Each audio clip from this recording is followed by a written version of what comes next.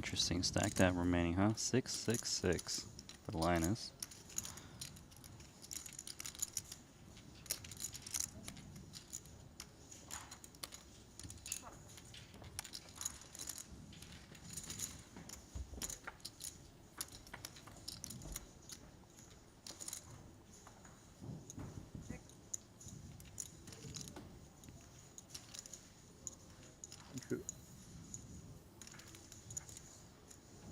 All right, so Laszlo was the pre-flop raiser. Going to check. Actually, Vogel saying it's 2 pairs of Queen 3 suit. This guy's he is a little lucky, isn't he? Yeah, he is, and then he also let that aces versus Queen 10. He got that run out for. Wasn't it lucky? It wasn't a bigger stack. Yeah. Guy could have really hurt him. The funny thing is, if they had a bigger stack, he probably wouldn't have won the pot, right? He probably would have bet the turn or something. Got the Queen 10 out. True. Who knows? That's true. So Linus is actually stabbing here. He's seen the pre-flop raiser give up on the ace-high board, so he probably doesn't think that guy's got an ace. So he's just hoping he can maybe just steal it somewhere. All right, we see a call. So this is a similar spot we talked earlier. It's like bottom 2. Does he raise? Does he call? Still a fairly wet board. I like that he calls because I think if you raise, it just doesn't.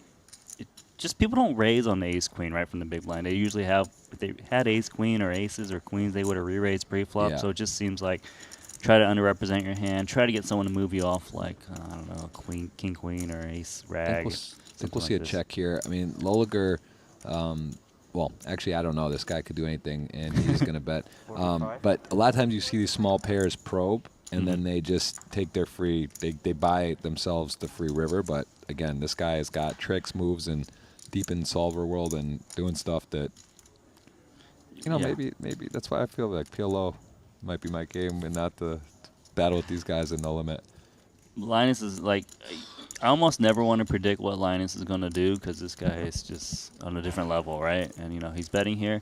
He's feeling that the big blind's quite weak because the big blind will re-raise these big cards. So he's thinking, okay, if Vogelstein's sitting on like an ace-9, an ace-8, a king-queen, he's just going to lay this one down. And he probably would for this sizing, right? So he's trying to put big pressure. And if you're Vogelstein, you kind of got to feel okay because you block a set of threes. Like ace-queen as played, would he play it like this, or aces or queen though? So you kind of have... You basically have to continue, but you're basically on a river, probably not like, please don't bet again, Ought to be LLinusLove. You just have the 5s and nobody ever raises you, and it's just, it's fine. I'll just figure it out later. I'm LLinusLove. It's great. No problem. I mean, he could have been raised on this flop. He could have, and I think that's the main thing we should talk about so far is whether or not Tom Vogelsang, not Christoph, different Vogelsang, same genetic material, very different. It's like Arnold Schwarzenegger and Danny DeVito from Twins. We don't even know if they're related. No, Arnold Schwarzenegger and Danny DeVito, I think, are related. I know. In the movie. We don't know if the Vogelsangs are actually related Vogelsangs, and they're from different countries. So anyway. On this flop, obviously Vogelsang flops well with bottom 2 here. It's kind of a miracle. Yeah. We kind of think Bushtas should have continued here with this pot meaning a lot to him and him having a range advantage. He's lucky he didn't, so good for him. Let's talk first about Linus's bet. It's tiny. 8K into 45K as just pure equity denial, right? What is this, a bet for ants? Yeah. Now, it might not be pure equity denial. As you brought up on the podcast, it's possible that Bushtas especially could have hands like 6s through 10s that just don't want to face any further aggression, and his stack is too small to speculate here. So he might even have to fold to 8K. So maybe it would work against some better hands. Yeah. But beyond that, it's just equity denial, right? Agreed. But it really looks like, by the way, Bushtas has a lot of underpairs to, like, the 10 here, doesn't it? Or the queen here, I should say. Like, a lot of them. Yeah. So this is already putting pressure on him pretty significantly. Yeah, and there's going to be a lot of random hands in Vogelsang's range based on preflop. So of course, this bet probably prints money. I mean, he's giving himself like 6-1. It doesn't have to work that often for it to be profitable. So it's fine. Keeps his options open too. So the big question is, should Vogelsang be check raising here? And we had a pretty deep discussion on our podcast about this one because you could really look at it a couple different ways. We can look at it as if LLinusLove is not LLinusLove, not one of the elite players of the world who can show up with a bunch of stuff and is very creative. Because 95% of the poker world, I really like the plan of raising relatively big with the intention of folding to a 3-bet. Because I think we get a lot of value from aces that are going to have to call at least one bet. And that's nice. And we charge the draws at the same time. That's all very good stuff, right? Yeah. And against your typical player, the only hands that are actually going to 3-bet you, have you beat, a la sets of threes and ace 3 and hands like that. And then there's the king 10, jack 10, and king jack of hearts, which we are beating, but we're not beating by a lot. And equity wise, it's basically a flip. So against the range that's 3-betting us, we're not really getting a great odd to win. Right. So it's okay to actually do kind of an exploitative raise to fold to a 3-bet, but try to get value out of the weaker hands now. And by the way, 95% of the world isn't always going to 3-bet those big draws anyway. Yeah. They're going to call with them a lot, too. Right, which is also nice. That's fine. It's even more of a reason to fold to the 3-bet. But we don't exactly know what LLinusLove is doing at any given point. Yeah. He's one of the theoretical top minds in poker. He could show up with 3-bets for reasons that we don't understand. And we don't want to put ourselves in a spot where we're getting exploited and folding too good of a hand. I mean, if he's going to do like a triple sow cow of a bet, because like that's like a ice skating term. Right? Thank God you explained so it. Super fancy. I'm saying like Nancy Kerrigan. LLinusLove is he's fancy Kerrigan. He's not Nancy Kerrigan. Nice. In a good way though. Like he pulls off the fancy stuff, but he is super fancy. As we see, look who's got 2 5s and bets flop and turn. Right. There's more coming. Don't worry about it. He's going to do some more interesting stuff. This means that we could. Folding to a 3-bet against him may be a huge mistake. And so if we're planning on folding to a 3-bet against him, raising is probably a bad idea. Right, which it kind of sucks to shackle ourselves to just putting 8K in when we flop so well, but I think it's probably the right play that Vogelsang makes here. I think so, too. It just sucks to play against elite players, huh? It just sucks. It does. Okay, so then we get to the turn. A lot more straightforward here, right? Yeah. Especially Vogelsang's situation. I mean, Vogelsang, yes. I mean, I think probably because he bets so small on the flop, it makes a lot of sense for LLinusLove to bet the turn and bet big. Right? Yeah, he kind of has to go for this, even though he blocks the heart draws with the 5 of hearts. That's not enough of a blocker or an unblocker or a blocker you don't want to slow down here, because we knew we were giving ourselves 6-1 on the flop. We also knew that was likely to make it that we got called frequently enough by a lot of hands that we would kind of have to continue on the turn, or else what the hell are we even doing betting 8K on the flop? I mean, if we're giving ourselves 6-1, that means we're giving our opponent 7-1, right? Like they're calling a lot. So there's a lot of pretty weak hands in Vogelsang's range that are absolutely folding to the 75% bet. I think it's the right play. I mean, I would think most one pair hands are going to fold on the turn. Some aces are going to stick around. Yeah, but they're like Vogelsang doesn't even have very many strong aces at all, right? He just flatted the 19 blind opener from the cutoff. He doesn't have a really big ace. That's good for us. He does have queen 3 though, and that's not going to fold. And raising at this point, especially when the jack comes and completes some things, feels a bit absurd. Yep. So it's a pretty straightforward, easy call for Vogelsang here. Agreed. Straightforward and easy. I love that. Nitro Betting loves it too. That's why it's so easy to sign up. Use the link in our pinned tweet when you sign up for Nitro Betting to get access to all of the cool shit. It's amazing. You got to get in there, even if you already signed up for Nitrogen Sports. This is the new site where our tournament is. You got to use that link in the pinned tweet. We'll see you there. Jonathan will not talk during this ad. Don't say a word. Don't you dare open that mouth. The people don't want it. Neither does Nitro Betting. Help me. Save me. We'll see. King on the river. Interesting card. Yeah, it is. Because, Vogelsang shouldn't be having a 10 unless he's got like a heart combo, like an ace 10 of hearts. Right. Jack 10 of hearts. That's true. He calls on the flop and turn. Yeah, what heart draw does he have a 10 high flush draw that now becomes, 10-9 of hearts. Yeah, 10-9 of hearts. It somehow picked up equity. Not a lot, but he looks suspicious. And also, Loliger very aware that he spun this beauty up to 240. Does he want to put him into the cage here, in the rack, into a difficult situation? But this is a very interesting hand developing. Yeah, Linus needs to figure out how often his opponent has a 10, how often does his opponent have a 2 pair. I don't think he thinks his opponent would have called the turn of like an ace 8, ace 7. He's going for it. He's got the worst hand possible, right? 110K. Wow. Disgusting. Wow. High level. And here, queen 3 starts as like, all right, let me just sort of pot control. Let me sort of whatever. And this is artwork right there. What a hand. Well, the kid just prints money, huh? He's just like, yeah, I'm just going to call pre-flop, bet, win. No problem. I'm LLinusLove. So easy. I mean, I don't need to study to do this, right? I mean, he might look like the weight of the world is on his shoulders and he hates every minute of life and every breath he takes is agony, but he won the hand.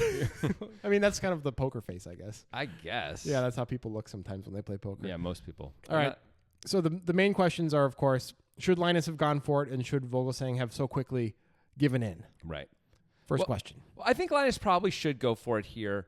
Vogelsang doesn't have that many tens. Linus has more tens pretty clearly. Like LLinusLove has some weird tens and some not weird tens. He might have all of the tens that he bet the flop with. I mean, he picked up equity on the turn and he bet so small on the flop. All the same reasoning we like betting the turn with the fives, right? Yep, I think so. By the way, Linus could have turned the nuts. He's going to have that more than Vogelsang because Vogelsang is going to raise the turn at least sometimes with the nuts. Yep. He's going to show aggression before now with the nuts at least some of the time, right? Linus has been showing aggression, so Linus can have the king 10 for sure. Linus can have 9-10, not of hearts, which Vogelsang just can't have. Yep. Right? Maybe he has all the 10s anyway, but certainly like turning the open-ender. Oh, yeah. He can I think Linus has all the 10s, and I think Vogelsang only has the 10x of hearts hands.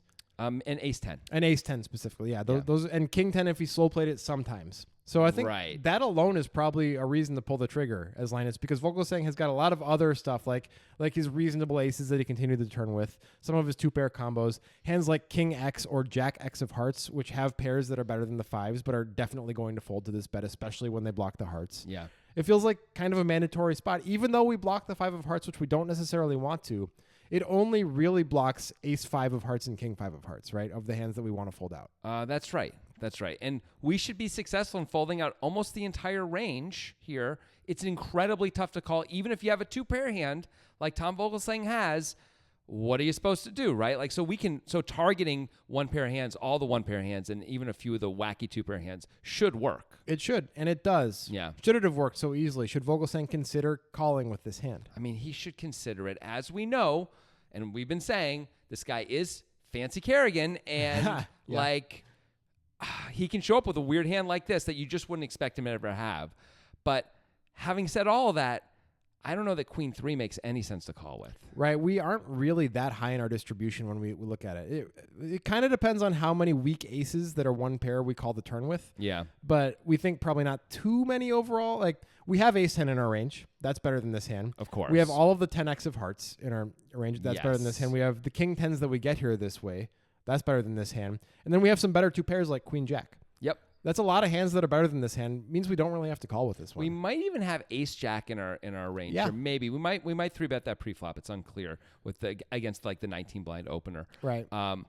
Yeah, and so I don't know that we're calling with all the hands that are better than ours anyway, but we certainly don't have to call with this one. Yep. Right. So I think it's a reasonable fold, and it just hurts, and it sucks that you ended up getting bluffed, but that's life sometimes when you're playing against LLinusLove. Yeah, and so like while we could have raised the flop and not had to go through all of this, but like the riches are there. Like Linus might be triple barreling on other kinds of runouts too, where we can call more comfortably. This is just a bad runout for us, and it's okay to give up on bad runouts. Yeah.